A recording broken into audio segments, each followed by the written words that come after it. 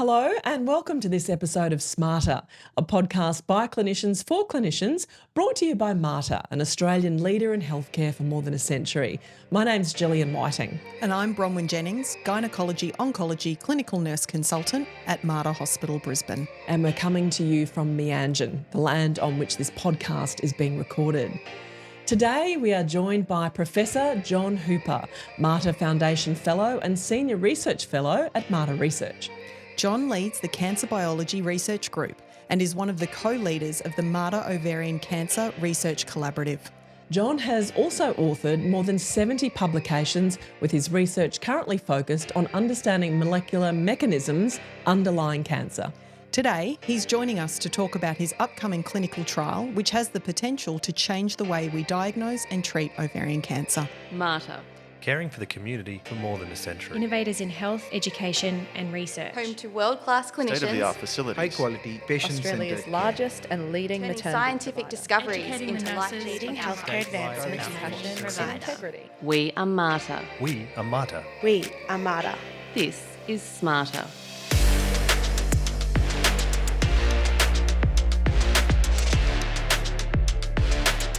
John, welcome to sMater. Lovely to be with you, Gillian. Now, I know it's complex and it's clearly very in-depth, but can you start by giving us a brief overview of the trial and ultimately what you're hoping to achieve? So this is what's called a phase 1 safety trial.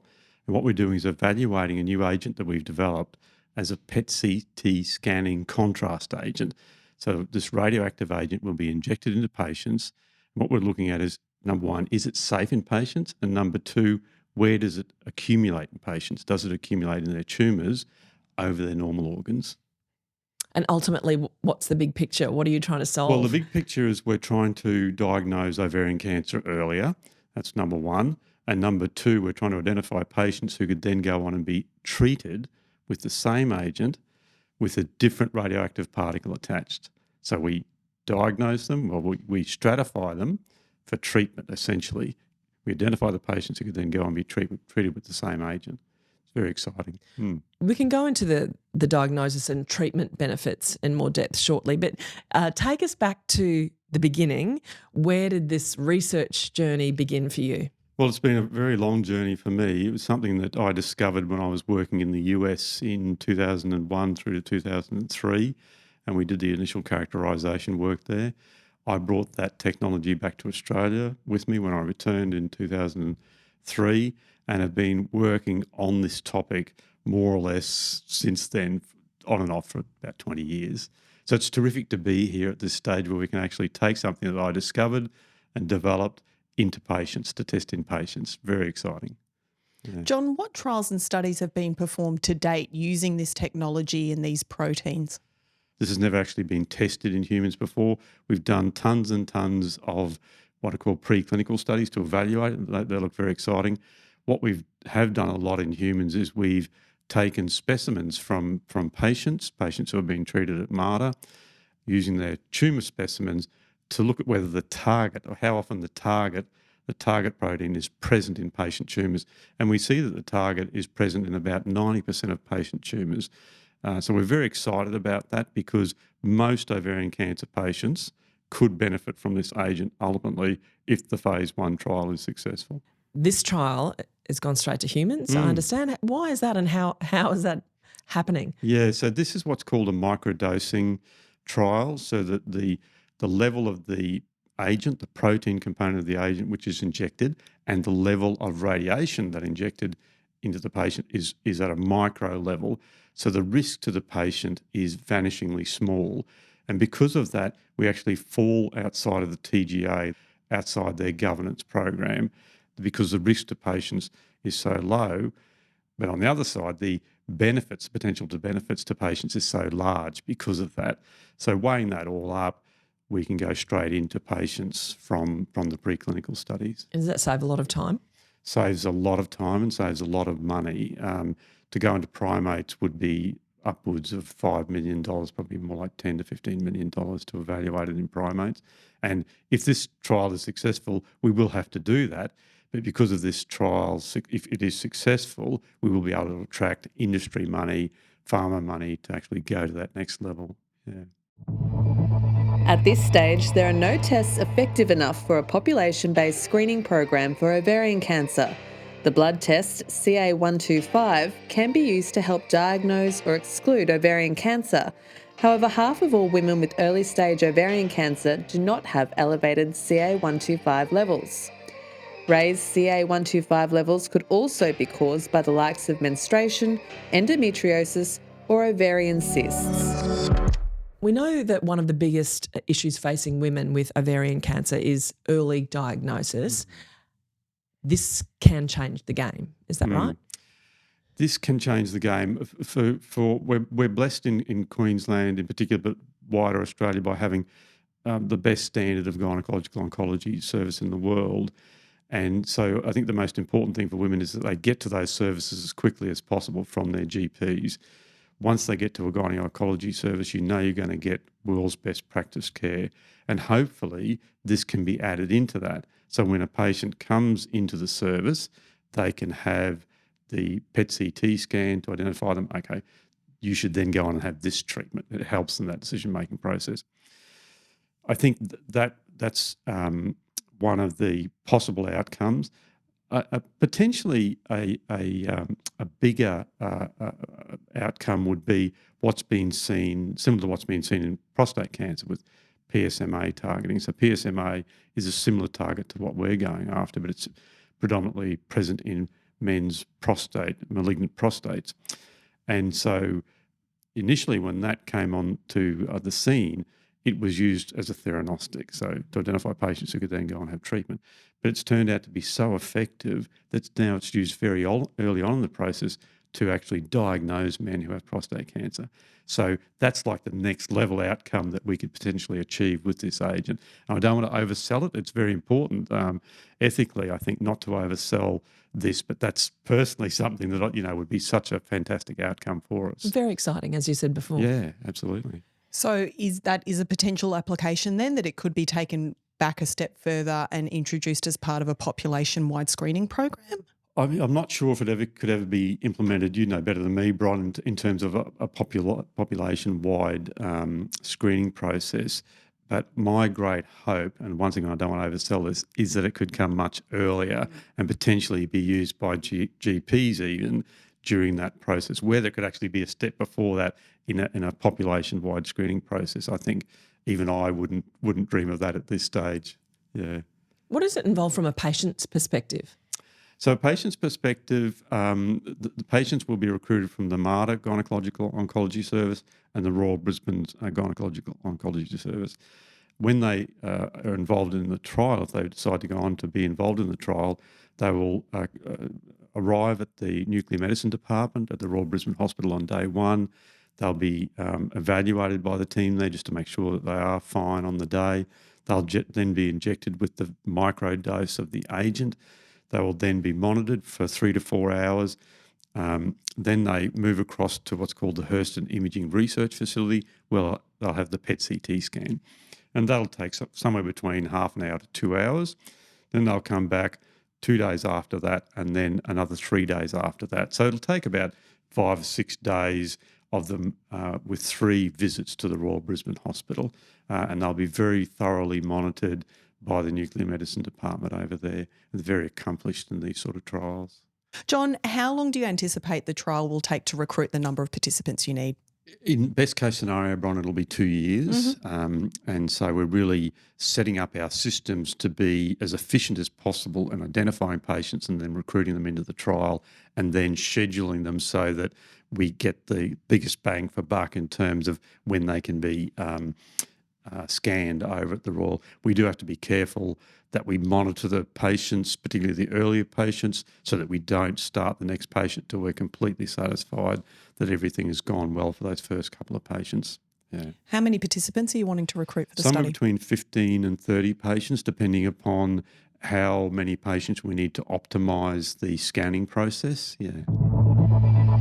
From June 2023, hospital accreditation through the Australian Health Service Safety and Quality Accreditation Scheme includes an assessment against a new National Clinical Trials Governance Framework that aims to embed clinical trial delivery into clinical care and report back to consumers, workforce and governance structure. You mentioned briefly before about the second phase of the process, looking at the treatment itself. What's the working theory around this? So the working theory is that a good proportion, say 70 to 80% of ovarian cancer patients, maybe 90% of ovarian cancer patients will have the target.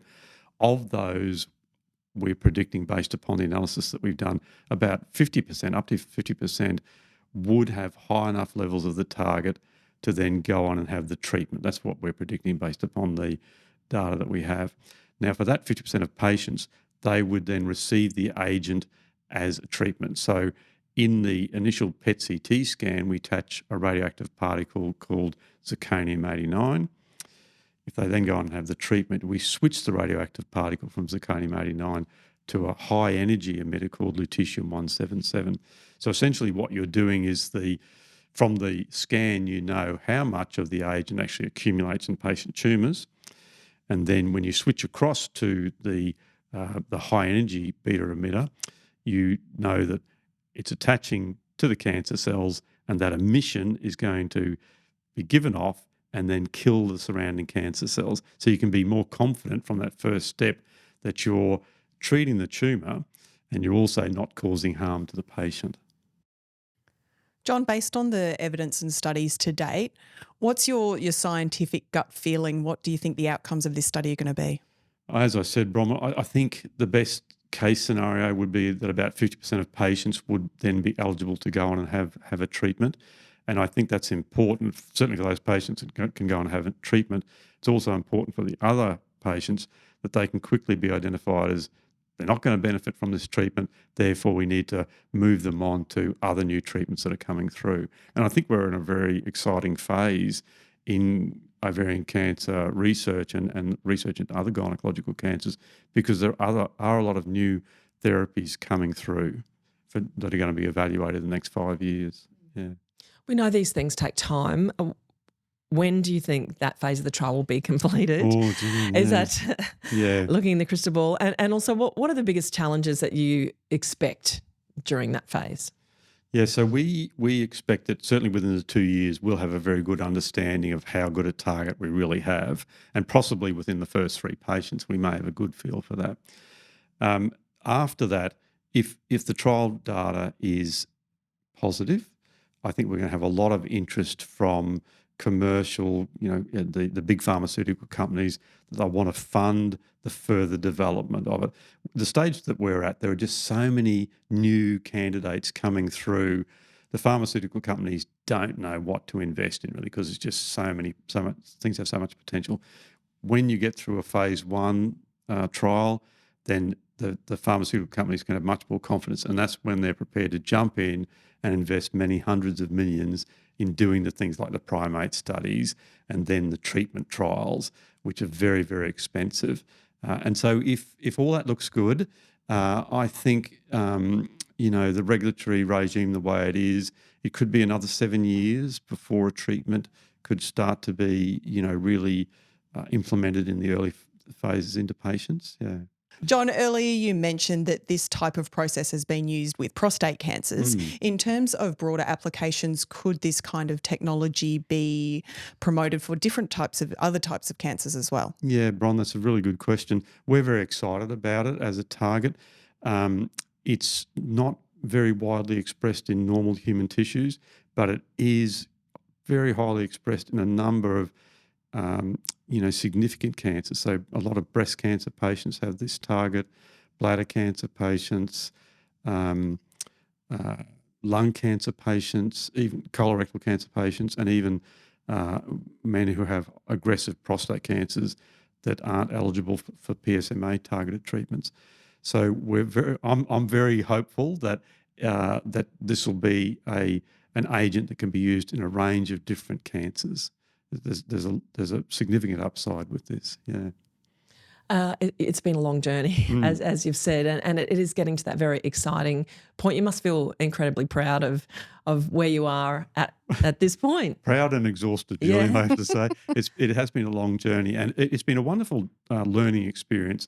I'm a scientist by training, and the last certainly 4 years and a little bit longer, has been more of a translational journey where you're taking a discovery from the laboratory through into the clinic. So I've learned a hell of a lot. And because of that, I think we're in a fantastic position, myself personally, but also the Southeast Queensland research community, in being able to conduct more and more of these studies. Many of my colleagues, scientific colleagues, are seeing what I'm doing, and they know that, okay, John's done that, we can have a crack at it too. And the systems are in place now to go from the laboratory into patients locally.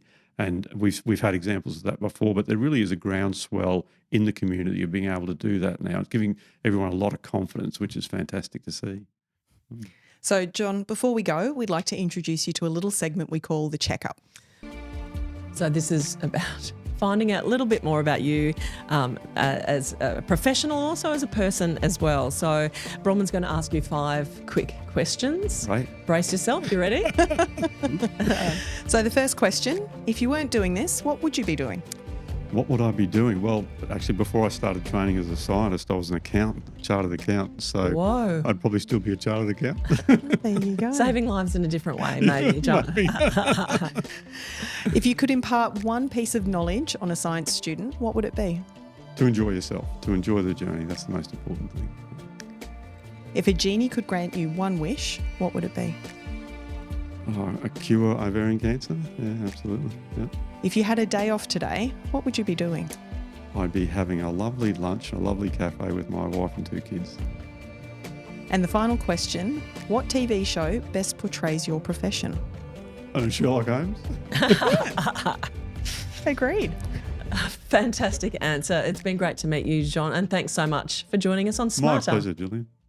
For our listeners at home or in the car or having a well-deserved break between patients, thanks for tuning in. Join us for our next episode where we continue exploring women's health. See you next time on sMater.